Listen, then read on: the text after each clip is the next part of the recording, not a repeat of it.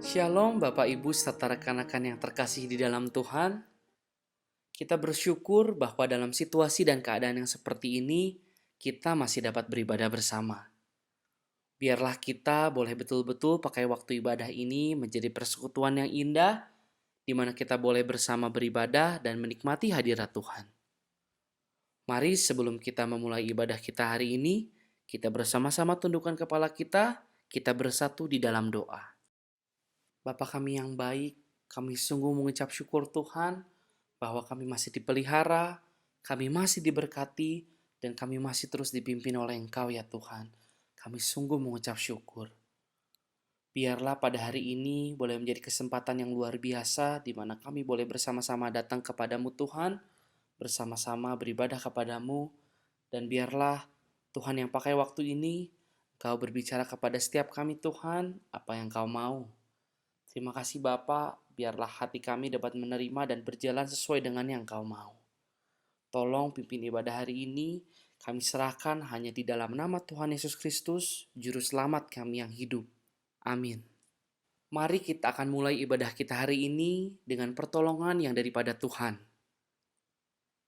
Pertolongan kita adalah dalam nama Tuhan yang menjadikan langit dan bumi, yang tetap setia untuk selama-lamanya. Turunlah atas kita sekalian anugerah dan damai sejahtera dari Allah Bapa dan Tuhan kita, Yesus Kristus. Amin.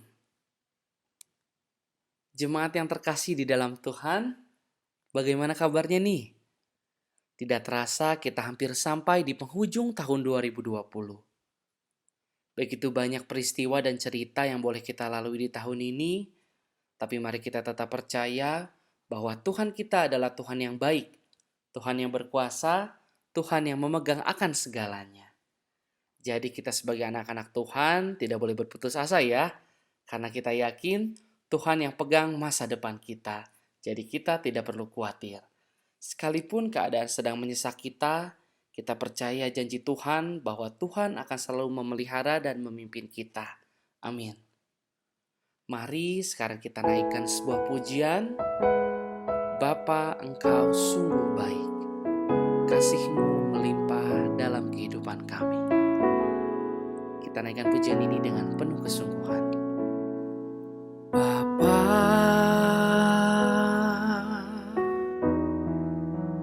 Engkau sungguh baik,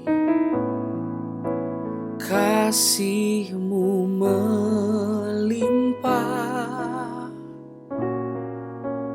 di hidupku.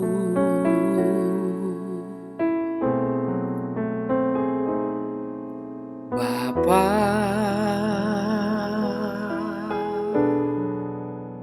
ku berterima kasih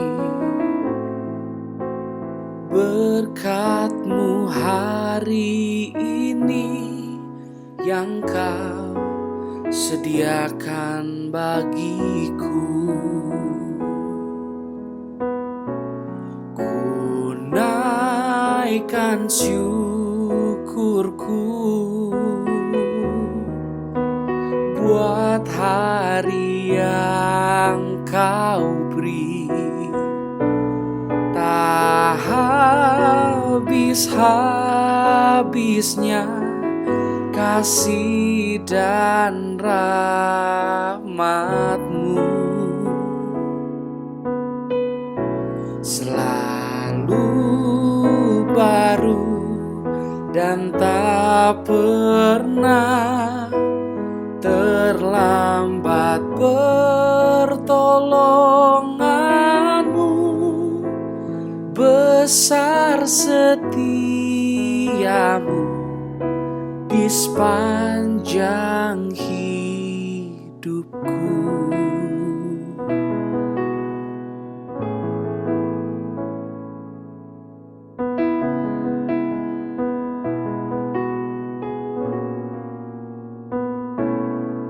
Bapa,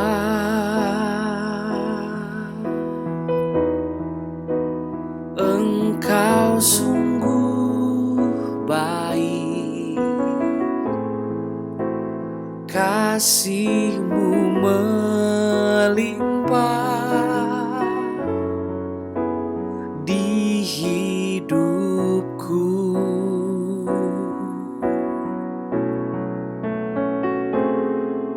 Bapa,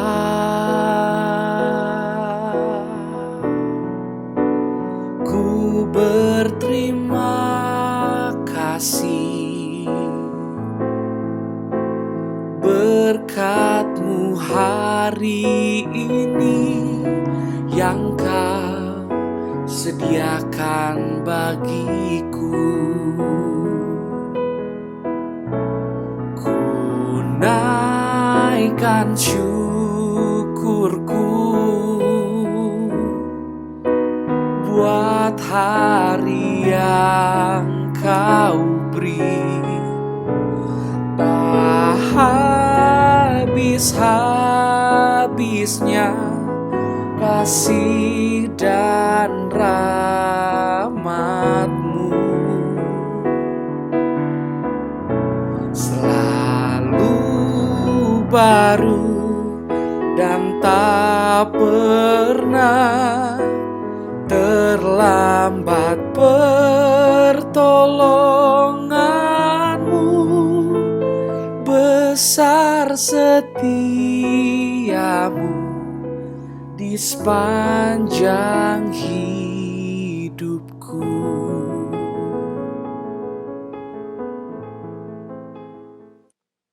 Mari sekarang saya undang jemaat sekalian untuk bangkit berdiri. Mari bersama-sama dengan seluruh umat Kristen di segala zaman, kita ikrarkan pengakuan iman percaya kita.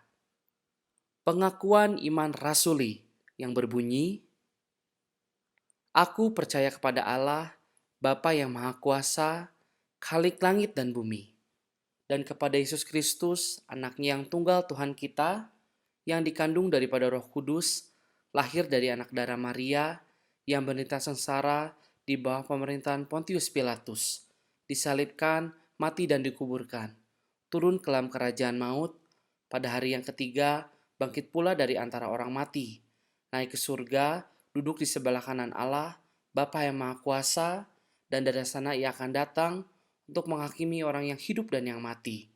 Aku percaya kepada Roh Kudus, gereja yang kudus dan am, persekutuan orang kudus, pengampunan dosa, kebangkitan orang mati, dan hidup yang kekal. Amin. Mari sekarang kita sama-sama membuka Alkitab kita. Kita akan membaca pembacaan Alkitab hari ini yang terambil dari kitab Roma pasal 8 ayat 6 sampai dengan ayatnya yang ke-11. Dan saya akan membacakannya bagi kita sekalian. Hidup oleh roh. Karena keinginan daging adalah maut, tetapi keinginan roh adalah hidup dan damai sejahtera. Sebab keinginan daging adalah perseteruan terhadap Allah, karena ia tidak takluk kepada hukum Allah. Hal ini memang tidak mungkin baginya. Mereka yang hidup dalam daging tidak mungkin berkenan kepada Allah. Tetapi kamu tidak hidup dalam daging, melainkan dalam roh, jika memang roh Allah diam di dalam kamu. Tetapi jika orang tidak memiliki roh Kristus, ia bukan milik Kristus. Tetapi jika Kristus ada di dalam kamu, maka tubuh memang mati karena dosa, tetapi roh adalah kehidupan oleh karena kebenaran. Dan jika roh Dia yang telah membangkitkan Yesus dari antara orang mati diam di dalam kamu, maka Ia yang telah membangkitkan Kristus Yesus dari antara orang mati akan menghidupkan juga tubuhmu yang fana itu oleh roh-Nya yang diam di dalam kamu. Demikian pembacaan Alkitab pada hari ini. Berbahagialah bagi setiap kita yang telah membaca firman Tuhan, merenungkannya dan melakukannya dalam kehidupan kita sehari-hari. Pemberitaan firman Tuhan hari ini akan dibawakan oleh Ibu Pendeta Lim Livang. Sebelumnya, mari kita persiapkan hati kita tenangkan hati dan pikiran kita. Mari kita angkat sebuah pujian, pribadi yang mengenal hatiku. Seperti rusa yang haus, begitupun jiwa kami ya Tuhan, rindu akan firman-Mu. Seperti rusa yang haus, rindu aliran sungai-Mu.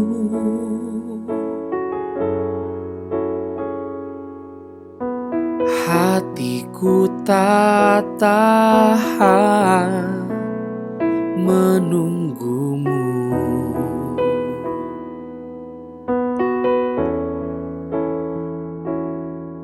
Bagai tanah gersang menanti datangnya hujan,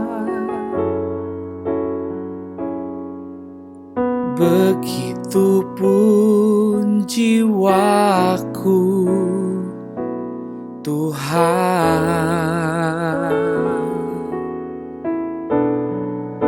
Hanya Engkau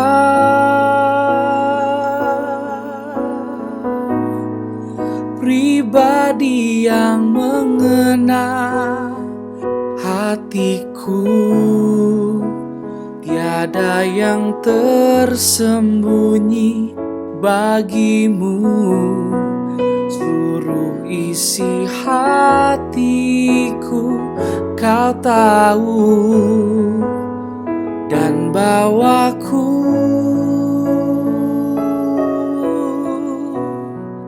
untuk lebih dekat lagi padamu, tinggal dalam indahnya dekapan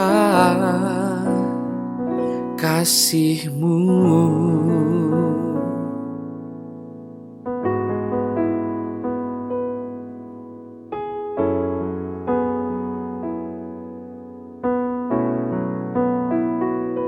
Seperti rusa yang haus, rindu aliran sungai-Mu.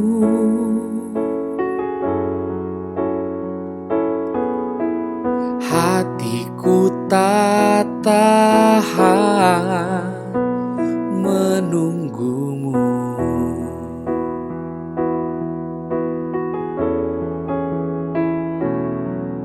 Bagai tanah gersang menanti datangnya hujan,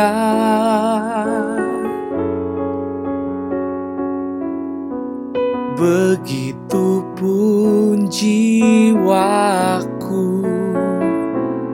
Tuhan.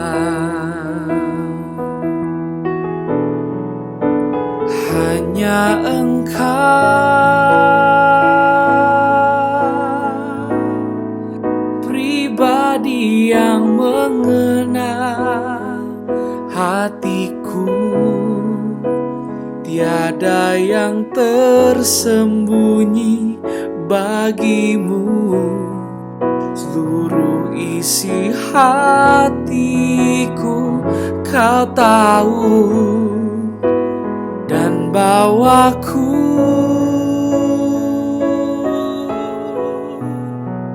untuk lebih dekat lagi padamu, tinggal dalam indahnya dekapan kasih-Mu.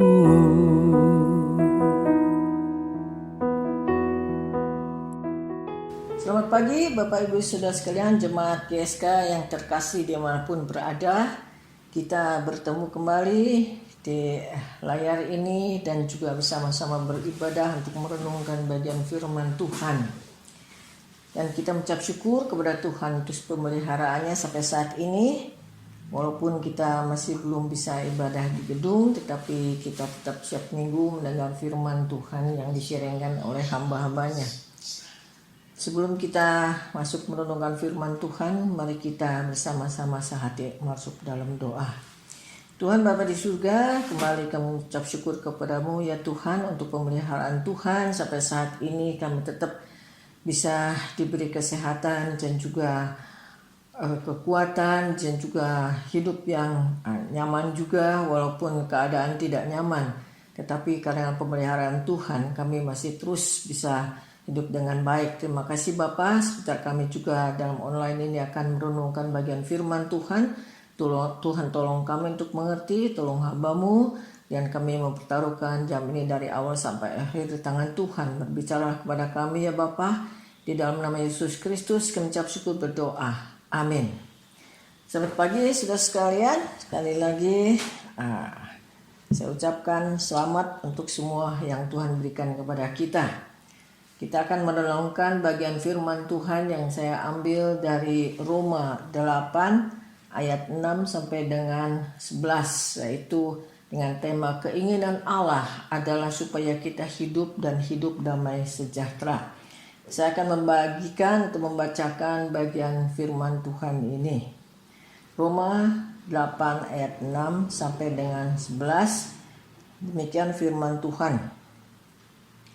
Karena keinginan daging adalah maut, tetapi keinginan roh adalah hidup dan damai sejahtera.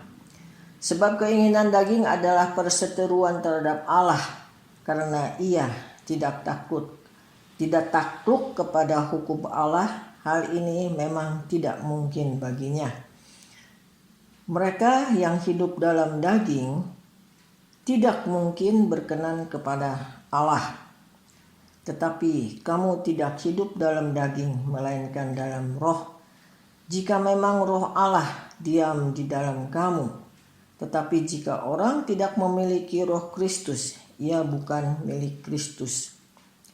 Tapi jika Kristus ada di dalam kamu, maka tubuh memang mati karena dosa, tetapi roh adalah kehidupan oleh karena kebenaran. Dan jika roh Dia yang telah membangkitkan Yesus dari antara orang mati diam di dalam kamu, maka Ia yang telah membangkitkan Kristus Yesus dari antara orang mati akan menghidupkan juga tubuhmu yang fana itu oleh rohnya yang diam di dalam kamu. Sekian pembacaan firman Tuhan. Saudara sekalian, nas ini berbicara tentang keinginan daging juga keinginan roh. Keinginan daging ada berlawanan dengan keinginan roh. Mengikuti keinginan daging tidak bisa sekaligus mengikuti keinginan roh. Keinginan daging adalah maut, tetapi keinginan roh adalah hidup dan hidup damai sejahtera. Allah mau kita mengikuti keinginan roh sehingga kita bisa hidup damai sejahtera. Sekalian, dalam Galatia pasal 5 ayat 16 mengatakan, hiduplah oleh roh, maka kamu tidak akan menuruti keinginan daging. Apa itu keinginan daging?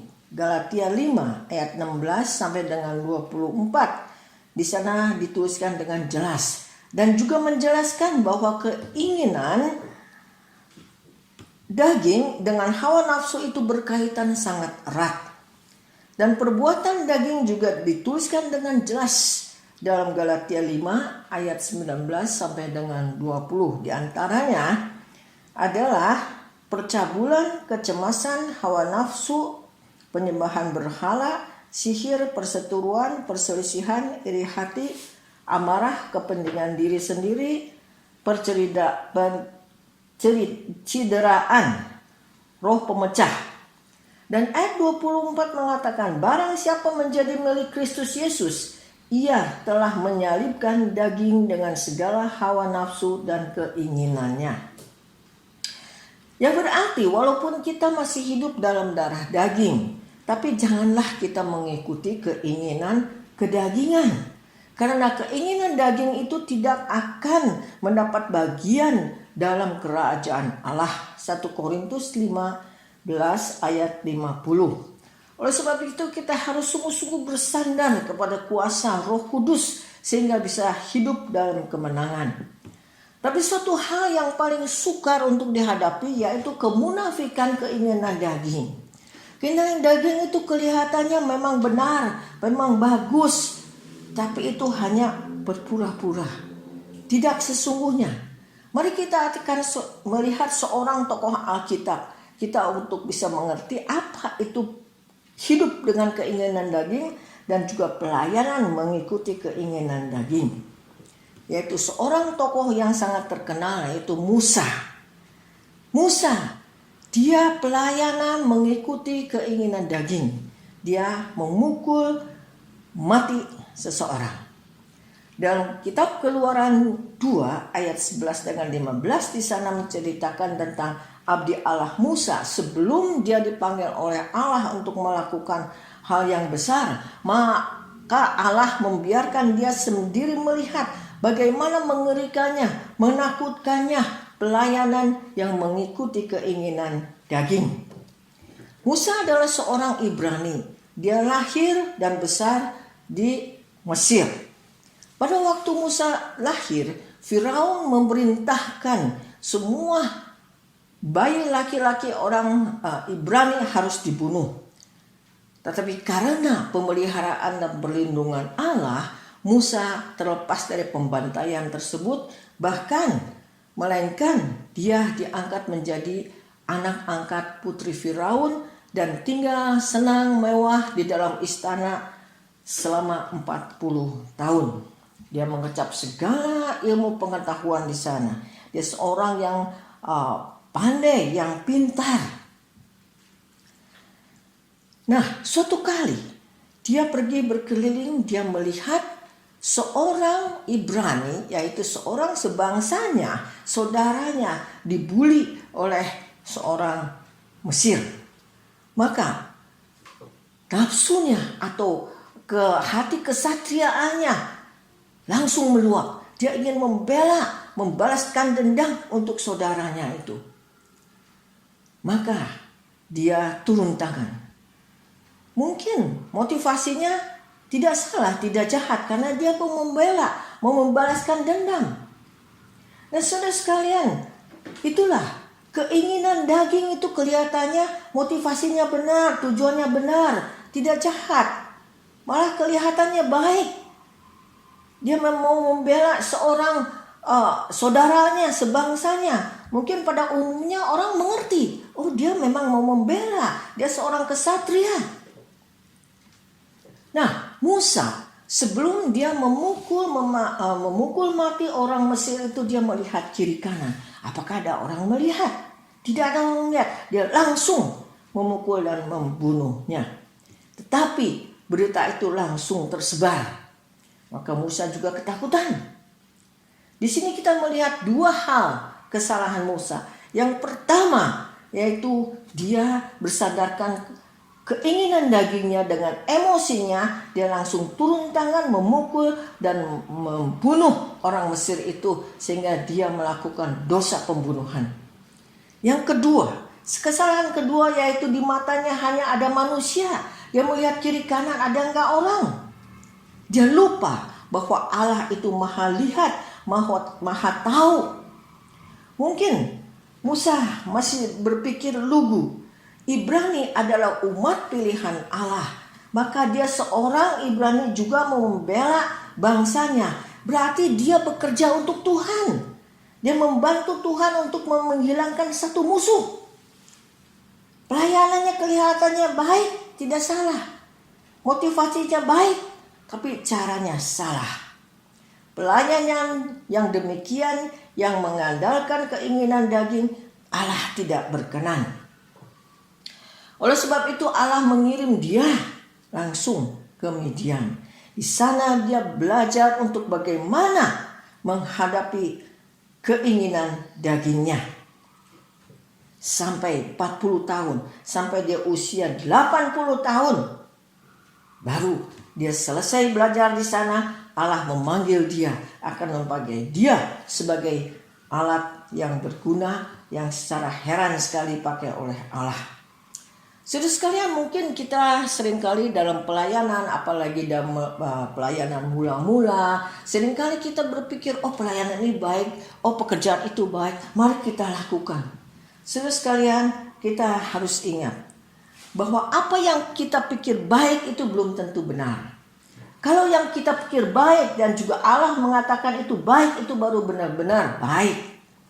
Karena manusia seringkali terlalu subjektif dan seringkali ada sentimen pribadi.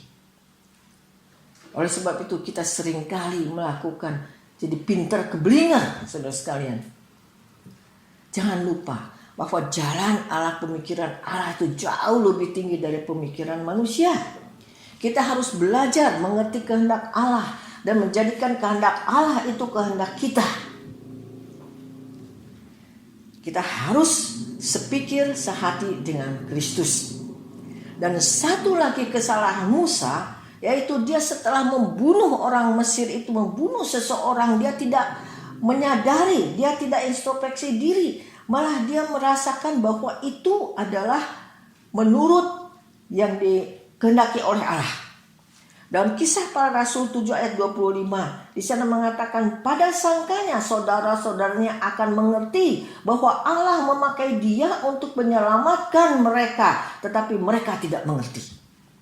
Mengapa saudara-saudara tidak mengerti? Karena Allah tidak pernah memakai tangannya untuk membunuh seseorang. Allah tidak pernah akan memakai suatu yang berdosa, cara yang berdosa untuk menyelamatkan orang yang berdosa. Oleh sebab itu menyelamatkan manusia berdosa hanya Allah, anak Allah sendiri yang sama sekali tidak berdosa, baru dia bisa menyelamatkan semua orang manusia di bumi yang berdosa ini. Kalau seringkali manusia bisa untuk mencapai suatu sasaran, suatu tujuan, dia menghalalkan segala cara. Tetapi itu tidak diperkenan oleh Allah. Musa, dia menyelamatkan temannya. Dia dengan cara untuk membunuh, menyelamatkan orang yang berdosa. Itu adalah masalah besar. Nah, saudara sekalian, dengan membunuh, menghentikan pembunuhan, itu bukanlah prinsip Allah kita, Allah Bapa yang sangat Maha Pengasih. Allah selalu dengan kasih untuk memaafkan semua orang. Nah, saudara sekalian, mungkin cara Allah ini dipandang manusia itu sangat-sangat lemah. Tetapi justru cara Allah itu yang sungguh ajaib sekali. Mungkin di pandangan manusia Yesus itu terlalu sangat-sangat lemah. Lama sampai titik terbawah. Dia sama sekali tidak melawan. Dia bahkan di kayu salib dimatikan juga dia tidak bisa melawan. Dia seorang yang total loser. Tetapi sebetulnya Tuhan justru memakai kelemahan anak manusia itu untuk menyatakan kuasa kebesaran Allah. Karena Yesus setelah mati 3 hari dan dibangkitkan kembali. Untuk menunjukkan bahwa dia sungguh-sungguh anak Allah. Menyatakan kuasa Allah dalam Roma 1 ayat 4. Dan dia hidup untuk selama-lamanya. Kelemahan Yesus itu taat sampai mati. Kelihatannya seperti dia gagal total. Tetapi sebetulnya di kayu salib dia telah menghancurkan kuasa maut dari iblis. Nah, kalau manusia tidak mau dengar perintah, biasanya dibunuh saja. Tidak mau dengar-dengaran, ya usir saja. Nah, saudara sekalian, Musa justru pertama-tama dia kesalahannya tidak berhikmatnya dalam hal ini. Dia melakukan sesuatu dengan keinginan kedagingannya. Dia membela saudaranya, gak salah. Tetapi dia tidak diperkenan oleh Allah. Karena justru melakukannya dengan keinginan daging. Dia harus belajar kembali 40 tahun. Baru Allah memakai tangannya untuk menyelamatkan orang Israel.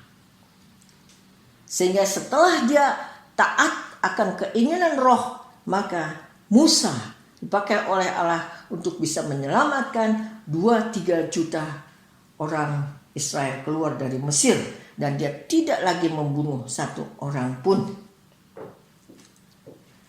Dan juga apa yang diperkerjakannya itu diperkenan oleh Allah. Dan namanya begitu dihormati seluruh manusia di dunia ini sampai sekarang ini. Nah, saudara sekalian, seorang tokoh yang begitu hebat seperti Musa,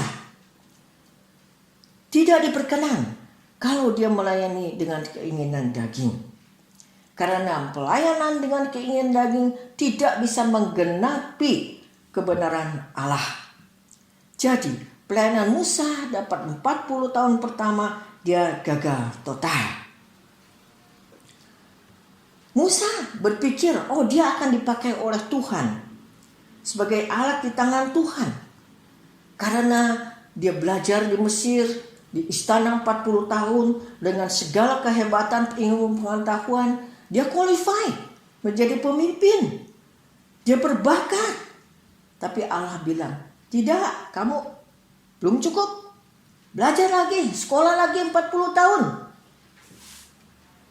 Saudara sekalian, manusia di bumi dengan kejahatan melawan kejahatan, dengan pembunuhan menghentikan pembunuhan, dengan setan mengusir setan. Sehingga manusia berlomba-lomba mencari dukun yang lebih hebat lagi.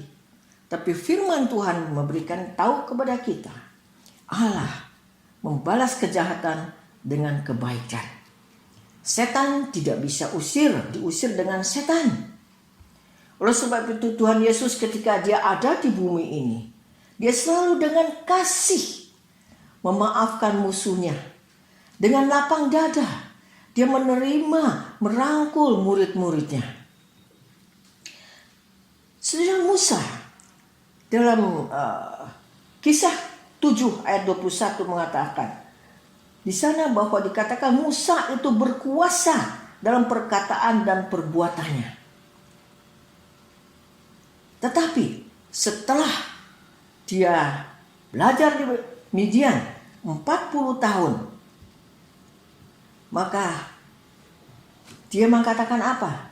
Aku adalah seorang yang berat mulut dan berat lidah. Mengapa dia mengatakan demikian? Apakah dia seorang yang sungguh-sungguh sudah menjadi rendah hati? Bukan, saudara sekalian. Dalam 40 tahun itu dia sudah belajar banyak. Musa yang lama sudah digantikan dengan Musa yang baru. Dia tahu kalau mengandalkan kefasihan lidah, mengandalkan ilmu pengetahuannya, dia bisa, tapi dia tidak berani memakainya. Kenapa? Dia takut kalau kepintarannya itu, kedagingannya itu tiba-tiba dia tidak sadar muncul kembali bahwa itu akan berdosa terhadap Allah. Itu akan merusak pelayanan pekerjaan rohani. Saudara sekalian, seorang yang sungguh-sungguh dia milik Allah, dia tidak akan berani untuk memamerkan kepintarannya atau kefasihan lidahnya atau ilmu pengetahuannya. Malah dia akan semakin lama seperti padi merunduk.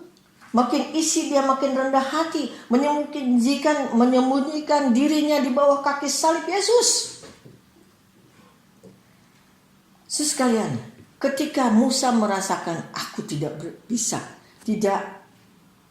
berbuat apa-apa, aku seorang yang berat mulut, berat lidah, maka ketika itu juga Tuhan memakai dia secara heran, secara luar biasa.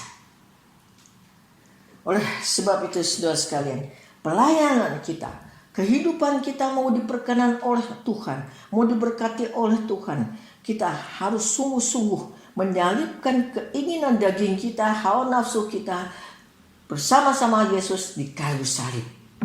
Jangan lagi kita mengikuti keinginan daging kita, tapi mengikuti keinginan roh, sehingga kita sungguh-sungguh diperkenan oleh Tuhan untuk menjadi hidup damai sejahtera, yaitu melakukan apa yang diinginkan oleh Tuhan seturut dengan kita taat akan keinginan roh.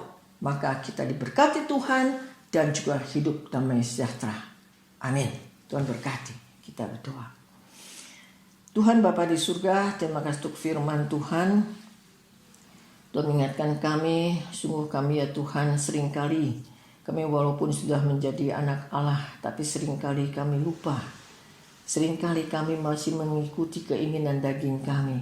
Seringkali kami masih mengikuti pemikiran kami yang sebetulnya salah, tapi kami suka merasa sombong, suka merasa sok tahu, sehingga apa yang kami lakukan sungguh tidak diperkenan oleh Tuhan.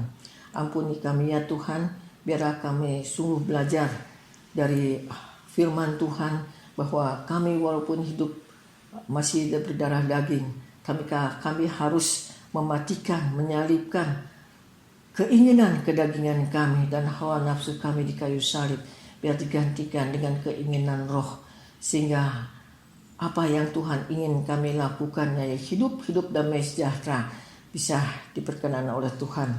Bapa di surga, tolonglah kami, kuatkan iman kami dalam masa masih pandemik ini, biar kami sungguh tetap hanya bersandar kepada Tuhan dan melakukan apa yang diperkenan, dikehendaki oleh Tuhan, sehingga kehidupan kami, pelayanan kami, pekerjaan kami tidak menjadi sia-sia.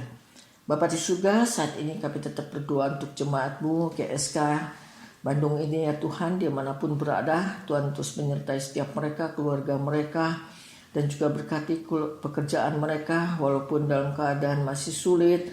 Tuhan tolong mereka, dan juga mereka yang usaha, Tuhan juga tetap buka jalan bagi mereka. Yang sakit, Tuhan juga jamah, Tuhan sembuhkan. Mereka ada yang menghadapi masalah atau di keluarga atau dimanapun, Tuhan juga buka jalan bagi mereka. Biar ya Tuhan, kami sungguh-sungguh bertahan sampai pandemik ini secepatnya bisa selesai, dan Tuhan juga turut campur tangan untuk menyelesaikan masalah-masalah virus ini di dunia ini, khususnya di Indonesia.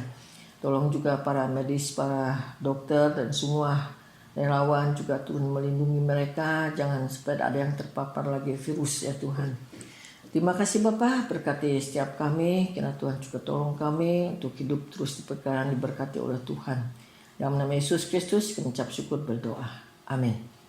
Terima kasih kepada Ibu Pendeta Lim Livang atas firman yang telah disampaikan.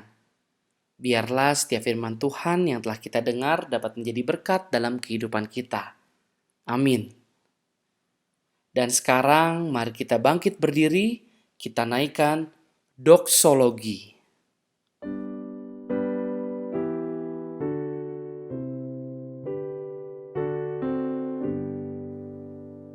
Puji Allah Bapa Putra, puji Allah Rohul Kudus, ketiganya yang esa, pohon selamat sumber berkat. Amin.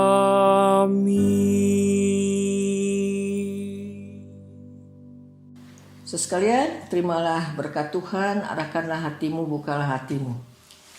Kiranya kasih karunia anugerah Allah Bapa, damai sejahtera Yesus Kristus, dan kasih yang tidak berkesudahan, pimpinan kekuatan, persekutuan Roh Kudus, menyertai saudara-saudara sekalian, dimanapun saudara berada, dari sekarang sampai selama-lamanya.